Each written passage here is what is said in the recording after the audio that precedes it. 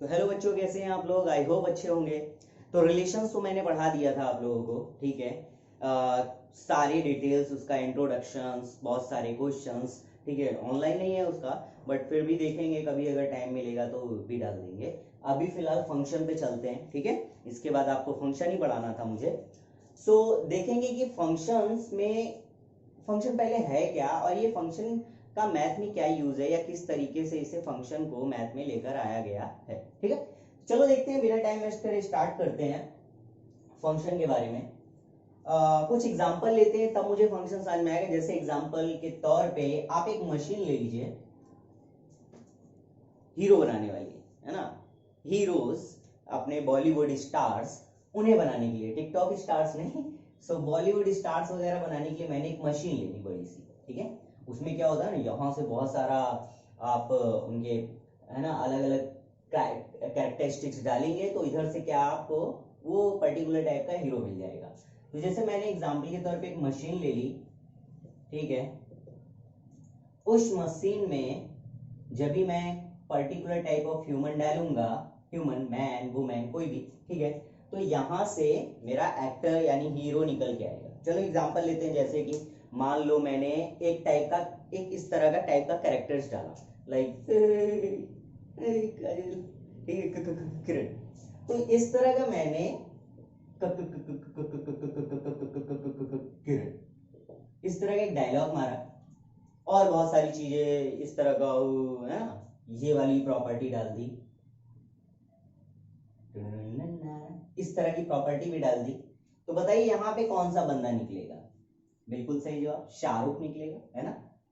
शाहरुख निकलेगा, शाहरुख खान, है ना, शाहरुख खान निकलेगा। ओके। अब मान लो मैंने कि इस तरह का डायलॉग मैंने बोल दिया, कौन से मैरी, इस तरह का डायलॉग मार दिया, ठीक है। तो बताओ कौन निकलेगा? सुनील शेट्टी, है ना। जो भी हो, स्पेलिंग मत जाना। तो सुनील शेट्टी निकल आएगा, ठीक है। इस तरीके से आपने बहुत सारी चीजें डाली, मतलब और भी अगर आपको निकालना होता है, प्रीति को जो छुआ उसकी, है ना, टू टू टू टू, तो आपका सपोज शाहिद कपूर निकल आया। तो जब आप कोई चीज पर्टिकुलर इस साइड यानी मशीन के इनपुट साइड, ये इनपुट साइड होता है ना, ये आपका इनपुट साइड है। देखो, तसल्ली नहीं है, अभी बन रहा है खाना लोगों के यहाँ, ठीक है। आपको भूख लगी हो तो आप आ जाइएगा, खा लीजिएगा। सो इनपुट मैंने डाला, और इधर पे आपको क्या मिल जाएगा? आउटपुट, ठीक है। इनपुट डालने पर आउटपुट। सर ये कौन सी नई चीज आप बता रहे हैं, ये तो होता ही है। चलो ठीक है, नया कुछ करते हैं। ये मशीन किस तरह का है? ह्यूमन डेवलप करने वाली, ठीक है। इसमें पर्टिकुलर अलग अलग टाइप के ह्यूमंस बनते हैं। चलो एक काम करते हैं, इसमें हम प्रॉपर्टीज ऑफ एलिफेंट डालते हैं। एलिफेंट की प्रॉपर्टीज, बड़ी सी ट्रंक डाल दी, काफी ज्यादा मैंने टिश्यूज डाल दिए, तो क्या वो पर्टिकुलर थिंग मिलेगी? क्या एलिफेंट मिल जाएगा? या फिर मैंने कुछ और इनपुट डाला, ऐसा इनपुट जो मशीन ना ले उस इंफॉर्मेशन को, तो क्या मुझे आउटपुट मिलेगा? बिल्कुल नहीं। तो याद रखना, पर्टिकुलर कोई मशीन जो है वो डिपेंड करती है कि उसमें इनपुट कैसा डाल रहा है, डाला जा रहा है, और वो मशीन किस इनपुट के लिए बनी गई है। जैसे जूसर में क्या बनता है? जूस बनता है, तो हमें ऐसी चीजें डालना पड़ेगा ना जिससे जूस मिले। अब ये थोड़ी ना मैं फैन अपना उठा के उसके अंदर डाल दूं, ये ले भाई फैन वाला जूस बना, फैन जूस, हाँ, इस तरीके कुछ नहीं हो सकता। या कॉफी वाली मशीन में हम कॉफी वगैरह ही बनाएंगे ना, ऐसा थोड़ी ना उसमें जूस बना देंगे। तो हर मशीन एक पर्टिकुलर ऑपरेशन के लिए ही बनाई जाती है। ऐसा तो है नहीं कि हम कुछ और बनाएंगे उसमें, है ना।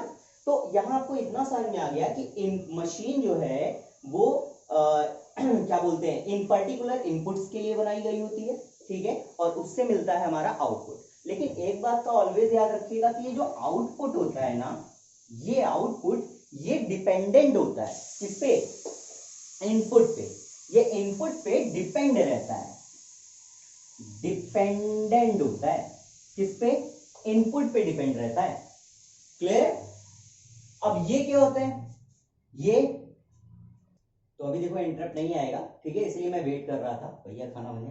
चलो ठीक है, तो मैं बता रहा था कि ये डिपेंडेंट है और ये जो है वो इंडिपेंडेंट होता है। मतलब मशीन में आप कुछ भी डाल सकते हैं ना, मैं ऐसा तो है कि नहीं कि आप डिपेंड है वो मशीन। हाँ, ये है कि खराब हो जाएगी बात अलग है, बट ये पर्टिकुलर ये वाला जो इनपुट होता है ना, इस साइड जो आप लेफ्ट में डालते हो, ऑलवेज कैसा रहता है? इंडिपेंडेंट रहता है। Okay, independent. Okay, dependent. तो इतना क्लियर हो गया होगा, हमारा इनपुट ऑलवेज इंडिपेंडेंट होता है और आउटपुट डिपेंडेंट। ठीक है, आप सही है? नहीं तो रोने लगोगे तुम लोग। तो चलो अब आगे चलते हैं। ये तो मुझे पता चल गया इंडिपेंडेंट और डिपेंडेंट के बारे में। अब बात आती है कि ये हमारा क्या हुआ, फंक्शन से कैसे रिलेट हुआ। तो देखो ये जो मशीन है ना, इसी को हम फंक्शन कहते हैं। क्यों? क्योंकि ये फंक्शन ऑपरेट कर रहा होता है और इस साइड के इनपुट या इंडिपेंडेंट टर्म्स को हम बोलते हैं डोमेन। क्या बोलते हैं? डोमेन। इस पूरे टर्म को कोडोमेन बोलते हैं, कोडोमेन। और जिससे ये हमारे टर्म्स रिलेट होते हैं, इस तरह के इस साइड के इनपुट जो रिलेट होते हैं उन्हें बोलते हैं रेंज। तो उसे मैं बाद में बताऊंगा, अभी आप इतना समझ लीजिए। ठीक है, तो आई होप इतना क्लियर हो गया होगा। हालांकि यहाँ पे इन्हें हम रेंज ही बोलेंगे, ठीक है, हम कोडोमेन नहीं बोलेंगे, बट ठीक है, मैं अभी उतना अंदर नहीं जा रहा हूँ। ठीक है, इसे पॉज करके आप नोट कर सकते हैं, आगे चलते हैं हम लोग। ठीक है, नोट करने वाली वैसे भी कोई बात नहीं थी। तो चलो हम थोड़े से और एग्जांपल्स लेते हैं, तब मुझे क्लियर होगा डोमेन, कोडोमेन और रेंज के बारे में। ठीक है, ओके, ठीक। फिर फंक्शंस भी देखेंगे हम। तो चलिए पहले डोमेन और कोडोमेन देखते हैं। जैसे होता क्या है, मान लेते हैं कि मेरे पास यहाँ पे कुछ नंबर्स हैं 1 2 3 4, ठीक है, और इधर पे मेरे पास है A B C, ठीक है, ये है हमारे पास। चलो कुछ और ले लेते हैं, D E तक ले लेते हैं। ओके, अब मैं करता क्या हूं, मैंने 1 को B से मैप कराया, इसे मैपिंग कहते हैं, फंक्शन। ठीक है, फंक्शन मैपिंग, क्योंकि फंक्शंस को मैप कर रहे होते हैं। यहां पे इसको C से, इसको A से और 4 वाले को E से। ठीक है, इस तरीके से मैंने मैप कराया। तो इसे फंक्शन कहते हैं, आगे बताऊंगा क्यों कहते हैं, बट इसे फंक्शन बोलेंगे। ठीक है, क्योंकि सारी टर्म्स है ना मैच कर रहे हैं एक दूसरे से। अब बात आती है डोमेन की। तो ये हमारा पार्ट जो है इस साइड लेफ्ट वाला, ये डोमेन है, और ये हो गया कोडोमेन। ओके, अब बात आती है कोडोमेन मतलब पूरे के पूरे टर्म्स। ऐसे लिख देता हूं मैं, जैसे डोमेन क्या है, सारे all element of the a, set a and set b. Okay, so all element of set a is known as domain 1 2 3 4। ठीक है, अगर वो मैप्ड है तो फंक्शन होना चाहिए ना, हम रिलेशन नहीं देख रहे हैं। इसके बाद codomain like A B C D E पूरा। ठीक है, बट अब बात आती है रेंज की। तो रेंज हम किसे कहते हैं, जो मैप्ड है ना, जो मैप्ड है ए के साथ। तो किन्हीं कौन कौन मैप्ड है, ए बी सी और ई, डी नहीं है ना। ठीक है, तो ये रेंज हो गया। आई होप क्लियर हो गया होगा। बाकी मैं चीजें रिलेशन में बता चुका हूं, 2 to the power and something like that. तो इतना आई थिंक क्लियर हो गया होगा। डोमेन क्या है, कोडोमेन क्या है, रेंज क्या है। अब बात करते हैं फंक्शंस की, कि हम फंक्शन किसे कह सकते हैं या फंक्शन की एक्चुअल डेफिनेशन क्या हो सकती है, क्या होती है। तो चलो देखते हैं हम लोग कुछ एग्जांपल्स लेकर। ओके, जैसे मैं यहाँ पे टोटल 3 एग्जांपल्स ले लेता हूं। First example 1 2 0 -1 and 2। ठीक है, और इधर पे मैंने लिया 1 4 0। ठीक है, एंड मैंने लिया 3 2। ठीक, ऐसे मैंने कुछ नंबर्स लिए। अब चलो हम रिलेट कर रहे हैं, अभी मैंने कोई फंक्शन नहीं दिया, बस मैं ऐसे नॉर्मल कर रहा हूं। 2 को 4 से करा दिए, 0 को 0 से करा दिए, -1 को 1 से करा दिए, और -2, ये -2 है, 2 नहीं है, -2 को भी 4 से करा दिए। ठीक है, अब बात आती है क्या ये फंक्शन है। चलो देख लेते हैं। कुछ एक और एग्जांपल लेते हैं तब ज्यादा क्लियर होगा।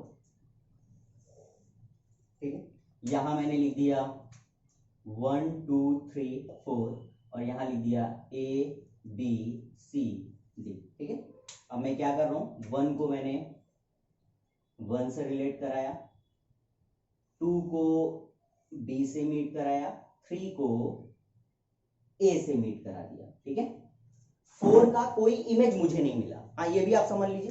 देखिए इसे क्या बोलते हैं, दीज आर द इमेजेस, है ना, ये हमारे क्या है, इमेजेस हैं, ये वाले, नॉट ये। इसका इमेज इधर बन रहा है और ये बोलते हैं, इसको बोलते हैं प्री इमेज। इसको क्या बोलते हैं, इमेज बोलते हैं, इसे क्या बोलते हैं, प्री इमेज। ये भी याद रखिएगा। ठीक है, प्री इमेज यानी जिनकी इमेज बन रही है और ये इमेज है। तो चलो फिलहाल हम यहां देखते हैं। अब फंक्शन किसे कहते हैं, फंक्शन उन्हें कहते हैं जिनके, जैसे यहां पे हमारे डोमेन्स है, all domains have a single image, if all domain have a single image, ठीक है, और one definite image is known as a function, one definite image is known as a function। तो आप ध्यान से देख सकते हैं यहाँ पे इस 1 का एक इमेज है, एक सिंगल इमेज है, इस 2 का भी है, 0 का भी है, -1 का 1 है। अब आप बोलेंगे सर 1 का 1 है तो ये इंडिविजुअल कैसे हो गया, अरे इसका तो एक ही इमेज बन रहा है ना। अब वो बात अलग होगी कि कोई दो बंदे की इमेज एक ही दिख रही है। आप ऐसे मान सकते हैं, जैसे नहीं बोलते कि एक पर्टिकुलर बंदे के बहुत सारे जुड़वा तुड़वा ऐसे होते हैं, तो मान लो 2 हैं, है ना, धूम फिल्म का आमिर खान। अब वो जब इमेज देखेंगे तो दोनों की इमेज तो सेम टू सेम ही दिखेगी ना। तो इसी तरीके से यहाँ पर भी देख लीजिए, दोनों की इमेज सेम टू सेम, हाँ, जब मिरर पे देख रहे हैं। तो ऐसा नहीं है, यहाँ पे इसकी इमेज भी एक ही बनी है, इसकी इमेज भी एक ही बनी है, लेकिन कोइंसिडेंस ये हो गया कि दोनों की सेम ही बन रही है, बट इमेज तो एक ही है ना। हाँ, चलो अब आगे देखते हैं। -2 की 4, वही चीज एग्जांपल जो बताया मैंने। तो यहाँ पे हर एक टर्म्स का एक सिंगल इमेज है, तो ये फंक्शन है। अब यहाँ देखते हैं, यहाँ पे अगर देखिए हर एक पर्टिकुलर नंबर का क्या इमेज मिल रहा है मुझे, नहीं, 4 का नहीं मिल रहा है। 4 का ऐसा कोई टर्म नहीं है जो मैप्ड है, क्या है, नहीं, ये मैप्ड नहीं है, तो मतलब ये सिंगल है बंदा, तो मैप्ड नहीं है, तो इसलिए इसे हम क्या बोलेंगे, फंक्शन नहीं बोलेंगे। ये फंक्शन है true, but this is not a function. क्यों, क्योंकि इसका कोई भी टर्म मैप्ड नहीं है, आई मीन ये वाला टर्म मैप्ड नहीं है। ठीक है, तो आई होप इतना क्लियर हो गया होगा आप लोगों को, इसे आप समझ गए होंगे। चलो एक और एग्जांपल ले लेते हैं, एक एग्जांपल और ले लेते हैं फंक्शन का, 2 ले लेता हूं। ठीक है, 2 ले लेता हूं। जैसे फर्स्ट मैंने यहां पे लिखा ABCD और यहां लिखा 1 2 3 और 4। ठीक है, अब मैंने A को 1 से, B को 2 से, C को 3 से और D को 4 से इस तरीके से मैप्ड कर दिया। ठीक है, इसको फंक्शन मैपिंग बोलते हैं, याद रखिएगा। यहां पे मैंने फिर से ABCD लिया और यहां लिया 1 3 5। ठीक है, अब मैंने A को 1 से मीट कराया और A को 3 से मीट कराया, B को 5 से मीट कराया और C को भी 5 से मीट कराया और D को 3 से मीट करा दिया। ठीक है, अब चलो यहां देखते हैं, यहां पे हर एक टर्म्स का यानी सेट A के हर एक एलिमेंट का इमेज बन रहा है, बिल्कुल, यानी वो मैप्ड है, तो ये क्या है, फंक्शन है। क्या यहां पर भी ऐसा हो रहा, क्या A की इमेज मिल रही है, हाँ, B की इमेज भी मिल रही है, हाँ, C की इमेज भी मिल रही है, D की भी इमेज मिल रही है, सबकी इमेज मिल रही है। लेकिन एक प्रॉब्लम है, यहाँ पे A की 2 इमेज है। मैंने बोला था सिंगल इमेज होनी चाहिए, हर एक टर्म किसी एक ही टर्म से दूसरे एलिमेंट के किसी एक, आई मीन दूसरे सेट के किसी एक ही एलिमेंट से मैप्ड हो, ऐसा नहीं है एक से ज्यादा उसकी इमेज मिल रही हो। तो यहाँ पे ध्यान से देख सकते हैं A के 2 हैं, मोर देन 1 है ना, तो जब भी मोर देन 1 होगा तब इसे फंक्शन हम नहीं कंसीडर करेंगे, तो ये फंक्शन नहीं है। तो आई होप क्लियर हो गया होगा, इसे फंक्शन बोलेंगे बट इसे फंक्शन नहीं बोल सकते। ठीक है, तो चलिए अब कुछ एग्जांपल्स ले लेते हैं, आप चाहें तो अब इसे नोट कर सकते हैं। ठीक है, कुछ एग्जांपल्स राइट कर, मैं चलिए स्टार्ट करो। चलिए क्वेश्चन देखिए, y = fx x²। ठीक है, तो यहाँ पे हम करेंगे क्या, यहाँ मुझे फाइंड आउट करना है, फाइंड तो सभी, अभी कुछ नहीं फाइंड मैं कर रहा हूँ, अभी नॉर्मल मैं आपको बता रहा हूँ एग्जांपल। ठीक है, सो अगर मैं इस पर्टिकुलर फंक्शन की बात करूं, ठीक है, function f x is equal to x square, तो अभी देखते हैं हमारे पास इस इंफॉर्मेशन से क्या क्या चीजें आ सकती हैं। तो ध्यान से देखिए, ठीक है, यहाँ पे जो ये वाला चीज होता है ये एफ एक्स या वाई होगा, और ये जो है ये आपका एक्स स्क्वायर, ठीक है। यानी आप इन शॉर्ट बोल सकते हैं इधर डोमेन की इंफॉर्मेशन रहेंगी और इधर कोडोमेन की। तो चलो हम कुछ एग्जांपल्स ले लेते हैं, हम डोमेन कुछ वैल्यू पुट करते हैं, जैसे x की वैल्यू हम पुट करते हैं 1 या -1 पुट करते हैं। पहले जब भी -1 पुट करेंगे x की वैल्यू, तो रिजल्ट या आउटपुट क्या मिलेगा, 1, -1 का स्क्वायर 1। अब हम अगर 1 पुट करेंगे तो भी 1 मिलेगा, यानी मैं दोबारा फिर से लिखूं क्या, 1 तो ऑलरेडी मिल चुका है ना। सो -1 का 1 हो गया और 1 का भी क्या हो गया, 1 हो गया। अब अगर मैं यहाँ पे सपोज 0 पुट करता हूँ तो मुझे 0 मिलेगा, है ना। अगर मैं यहाँ पे आपको 2 पुट करूँ तो 2 का 4 मिलेगा, और अगर -2 पुट करूँ तो भी 4 मिलेगा। इतना काफी है। इससे कुछ चीजें समझ में आएगी कि अगर हम यहाँ पे फंक्शंस को, आई मीन डोमेन को, अगर रियल नंबर्स लेते हैं, किसी भी तरह का रियल नंबर, पॉजिटिव या नेगेटिव, ठीक है, तो हमारा जो रिजल्ट आएगा, यानी हमारा जो रेंज की वैल्यू या जिससे वो मैप्ड हो रहा है, जिसकी वो इमेज बन रही है, वो ऑलवेज पॉजिटिव रियल नंबर आएंगे ना, ऑलवेज पॉजिटिव रियल नंबर को ही बिलोंग करेगा, नेगेटिव नहीं आएगा। और वो आप जानते हैं कि स्क्वायर का रिजल्ट हमेशा कैसा आता है, पॉजिटिव आता है। तो चलिए स्टार्ट करते देखते हैं हम यहाँ पे डोमेन हमें क्या मिलेगा। सो डोमेन हम राइट कर सकते हैं, domain belongs to all real number, है ना, belongs to the real number, all real number minus plus जो भी हो। तो इसको और किस फॉर्म में लिख सकते हैं हम, ऐसे भी लिख सकते हैं डोमेन को, domain minus infinite to the infinite, है ना, ओपन ब्रैकेट में। अब बात करते हैं कोडोमेन की। अगर हम कोडोमेन की बात करें तो इधर जो भी यहाँ पे जो टर्म्स मिल रहे हैं हमारे, हालांकि कोडोमेन तो हमारे बहुत सारी चीजें हो सकती हैं, मतलब इसी को हम बोल सकते हैं minus infinite to infinite, but इधर पे जो भी वो मैप्ड होंगे हमारे टर्म्स, तो कोडोमेन तो हम नहीं राइट कर रहे हैं क्योंकि उसके लिए कोई कंडीशन नहीं दिया है, हम डायरेक्ट रेंज फाइंड आउट करेंगे, क्योंकि सब मैप्ड आएंगे ना, ऐसी कंडीशन में सारे एलिमेंट दूसरे एलिमेंट से मैप्ड रहते हैं, तो मैप्ड रहेंगे तो रेंज मिलेगा और डोमेन मिलेगा, ठीक है। तो रेंज हमारा क्या मिलेगा, ये सिर्फ पॉजिटिव, यानी r plus range belongs to the real number positive. और हम कैसे इसको लिख सकते हैं, हम रेंज को लिख सकते हैं 0 क्लोज 0 टू इंफिनाइट, है ना, इस तरीके से हम लिख सकते हैं 0 टू इंफिनाइट, यानी पॉजिटिव है ना, सारे के सारे पॉजिटिव है। तो इस तरीके से आप डिफाइन कर सकते हैं डोमेन को भी और रेंज को भी पर्टिकुलर क्वेश्चन में। अब क्वेश्चन में क्या पूछ रहा है, अगर वो डोमेन पूछेगा तो हम डोमेन राइट करेंगे, और रेंज फाइंड आउट करने के लिए कहेगा तो हम रेंज फाइंड आउट कर लेंगे। ओके, तो आई होप क्लियर हो गया होगा। कुछ और क्वेश्चन देखते हैं, इसे नोट करिए। तो चलो देखते हैं function of x mod of x में, देखते हैं क्या हो सकता है, ठीक है। तो पहले मैपिंग करते हैं, ठीक है, उससे समझते हैं क्या मिलेगा। तो अगर हमें इतना मालूम है कि मॉड ऑफ एक्स में जो भी रिजल्ट आता है वो पॉजिटिव आता है, ठीक है, चाहे आप कुछ भी पुट करें। तो ये हमारा एफ एक्स यानी ये डोमेन के लिए हो गया और ये रेंज के लिए हो गया, आप कोडोमेन बोल सकते हैं मॉड ऑफ एक्स, ठीक है। इधर पे आप पुट करिए, आप -1 पुट करिए, रिजल्ट क्या आएगा 1, आप 1 पुट करिए, रिजल्ट क्या आएगा 1, आप 0 पुट करिए, 1 पहले से, आप 0 पुट करेंगे, 0 रहने दीजिए वैसे तो, क्योंकि पॉजिटिव नेगेटिव नहीं होता, इस बार मैं 2 ले लेता हूँ तो 2 ही आएगा, -2 ले लीजिए तो 2 आएगा, वो ऑलरेडी मैंने लिख दिया। तो आप कुछ भी ले लें, रिजल्ट हमारा पॉजिटिव आएगा। तो आंसर इस बार क्या आएगा, सेम टू सेम। क्या, अगर मैं इधर डोमेन की बात करूं तो domain belongs all the real number, ठीक है, all real numbers, but range, अगर मैं रेंज की बात करूं तो बिलोंग करेगा सिर्फ और सिर्फ रियल नंबर पॉजिटिव को, ठीक है, नॉट नेगेटिव। आप इसे इस तरीके से भी लिख सकते हैं कि domain is equal to the minus infinite to infinite, और यहां पे रेंज को आप क्या लिखेंगे, रेंज आपका आ जाएगा 0 टू इंफिनाइट। ओके, तो आई होप क्लियर हो गया होगा, इसे भी आप नोट कर लीजिए। चलो ऐसे क्वेश्चन में भी पूछ रहा है y is equal to fx 5 upon x minus 2 find the domain. आपको डोमेन फाइंड आउट करने के लिए कह रहा है। तो चलिए देखते हैं कैसे करते हैं। इनइक्वालिटी का वाली मेथड का यूज करेंगे आप। यहाँ पे x माइनस टू जो हमारा डिनोमिनेटर है उसकी वैल्यू क्या होनी चाहिए, 0 से बड़ी। क्यों? क्योंकि अगर 0 हो गया तो इनफिनाइट अनडिफाइंड केस में चला जाएगा, तो ये 0 से बड़ी होनी चाहिए। तो x minus two is greater than 0 और इक्वल टू नहीं ले सकते ना। इक्वल टू क्यों नहीं ले सकते? अगर मैं इक्वल टू 0 ले लिया तो इनफिनाइट पे पहुंच जाएगा, तो बस इतना लेना।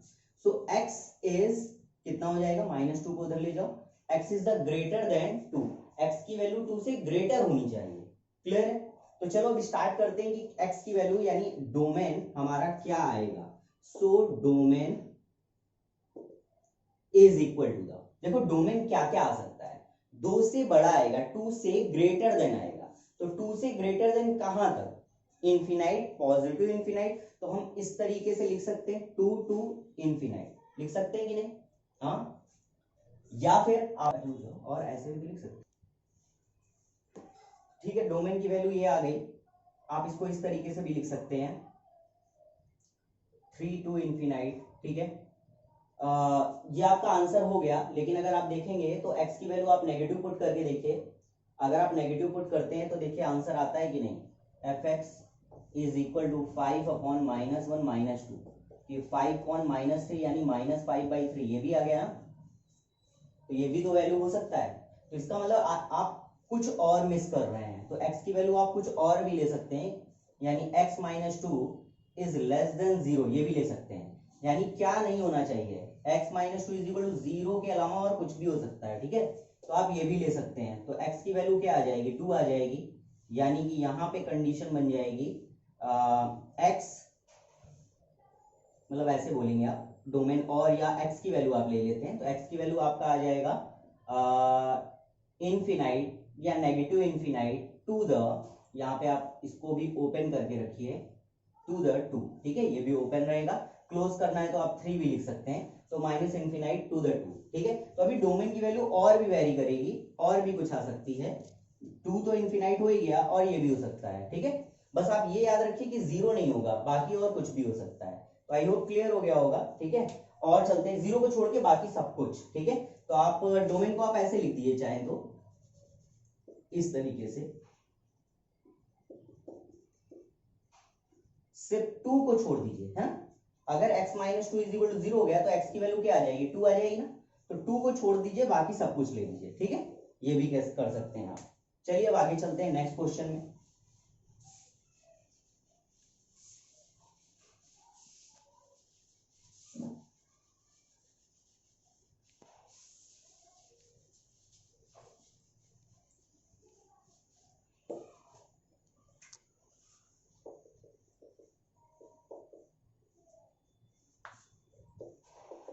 ये ले लेते हैं। ठीक है, अगर हम इसको लेते हैं तो देखते हैं इसके लिए क्या कंडीशन बनेगी। अब इसकी वैल्यू अंडर रूट के बाहर नेगेटिव तो आएगी नहीं, ऑलवेज पॉजिटिव आएगी। तो अगर पॉजिटिव आती है तो हम क्या लिखेंगे, x minus 4 is greater than 0, क्योंकि पॉजिटिव के लिए ग्रेटर देन 0 लेना होगा। तो x इज ग्रेटर देन 4, यानी x की वैल्यू 4 से बड़ी होनी चाहिए। तो डोमेन क्या आएगा, डोमेन आ जाएगा आपका 4 से बड़ा लेना है।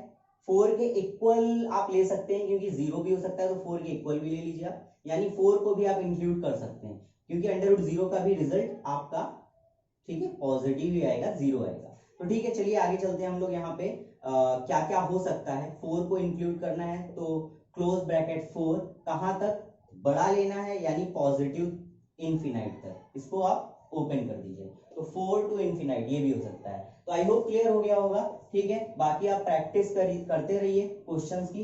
इतना आज के लिए काफी है। ओके, इसको पढ़ लीजिए, अच्छे से रिवाइज कर लीजिए। फिर हम देखेंगे टाइप्स ऑफ फंक्शंस। ठीक है, कितने टाइप के फंक्शंस होते हैं उन्हें रीड करेंगे। ओके, आज के लिए इतना ही है, बाय।